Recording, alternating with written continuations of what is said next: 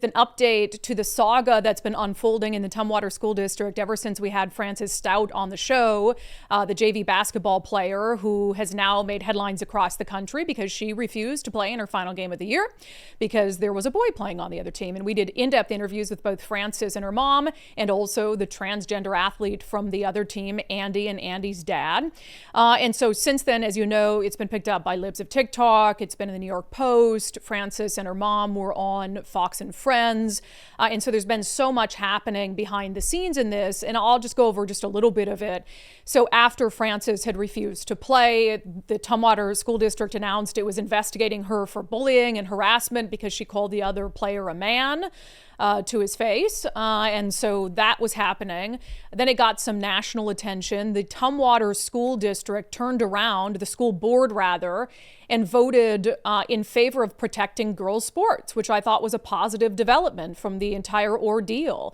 There was only one member that voted against it. And basically what the school board said is it is in support of two amendments that are currently under consideration by the WIAA, that is the Washington Interscholastic Activities Association, and it is the governing body of Washington athletics in our high schools. And they have two amendments, Amendments 7 and 8.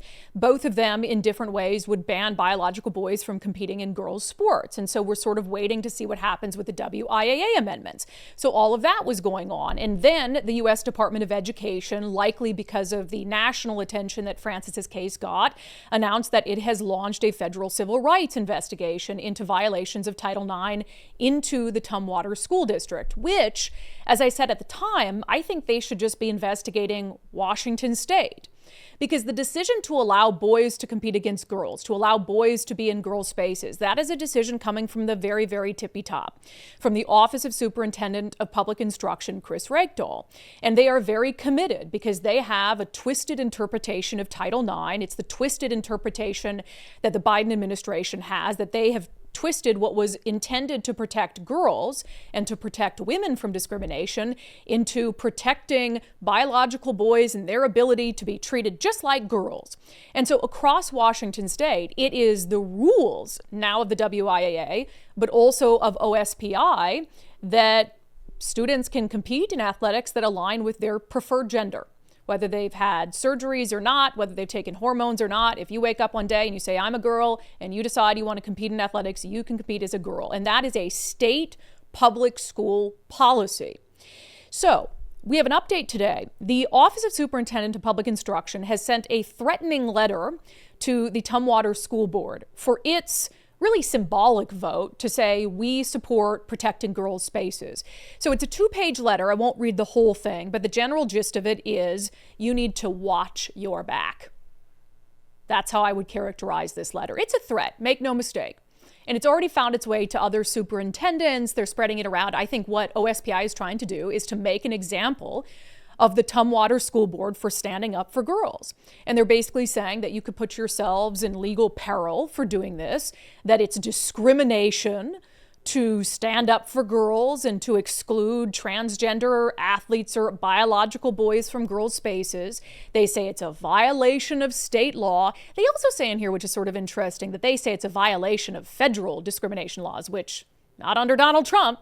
Donald Trump has been pretty clear that in the way that they're handling in the federal government, Title IX is not meant to allow boys to compete against girls. And Donald Trump has been very clear in his executive order that girls' spaces need to be protected. But so this letter, I think, does two things. It is an effort to make an example out of the Tumwater School Board. And basically to say, if there's anyone sane enough to stand up for girls, we're going to put you on blast and we're going to come after you.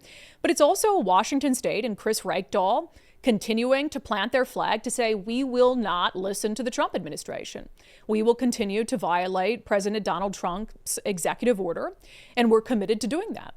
And I think it's interesting in this letter, and I've posted it across social media if you want to read the full thing. I think it's interesting how twisted they are when it comes to who they're interested in protecting, what amounts to discrimination. Because again, in all of this, and I would say in all of the debates around girls' sports, etc., nobody cares about the girls. Nobody in government seems to care about the girls and the impact that it has on girls. It's all about protecting this sliver of a population of people where there's a very sound argument to be made that they should be playing in the sport that aligns with their biological gender. I want to read this quote from the letter. So again, it goes on basically shaming them for just taking this symbolic vote like, hey, we don't want boys and girls spaces, right? And also they CC'd on the letter, I should note, the executive director, Mick Hoffman of the Washington Interscholastic Activities Association, because in the letter they're basically saying, the board can't tell WIAA what to do and shouldn't tell WIAA what to do. And then it has this quote, OSPI is also concerned that the board's resolution may have a chilling effect on the rights of all students, including transgender and gender expansive students, to participate in the district's athletic programs and activities. So again, where is the care or concern for the girls? There is literally none from OSPI. Could have a chilling effect. Transgender athletes and gender expansive. Like, what is gender expansive? It's just, I don't know what I am today. Like, I am, gender is a social construct. And I will, they is. Them, whatever. They, their, gender, whatever.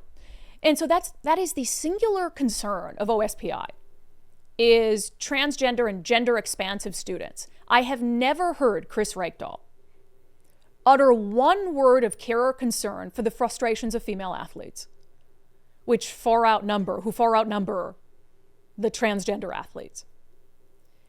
And I feel like that's something that's underappreciated by the legacy media. The legacy media doesn't like to touch on these issues as it is. I think they're sort of like, it's too touchy. People are going to get mad at us, so we're just not going to discuss it, right?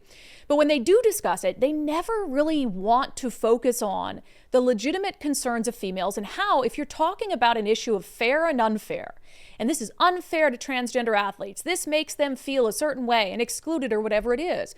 What about girls?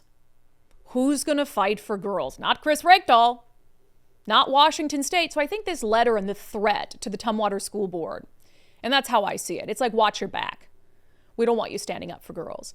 I think this should just be another red flag alarm for Donald Trump and the U.S. Department of Education to come after our school, a public school system as a whole.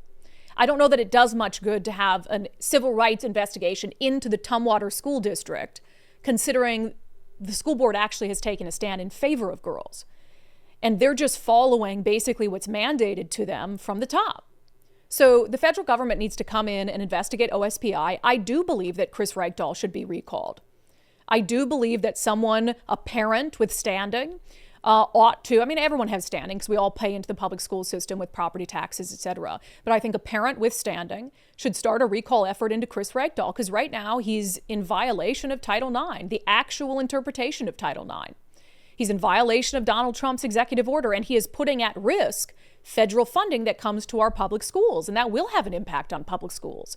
I think that you can meet the legal threshold for a recall of Chris Reykdal at this point, and I would like to see a parent or a parent's group do it. But I really hope that the Tumwater School Board does not back down, that it's not threatened by this letter, and that it continues to stand up for girls, and that other districts do the same. We were just told this morning, after I had pushed out this on social media, that this is not the first district to get a letter just like this from OSPI.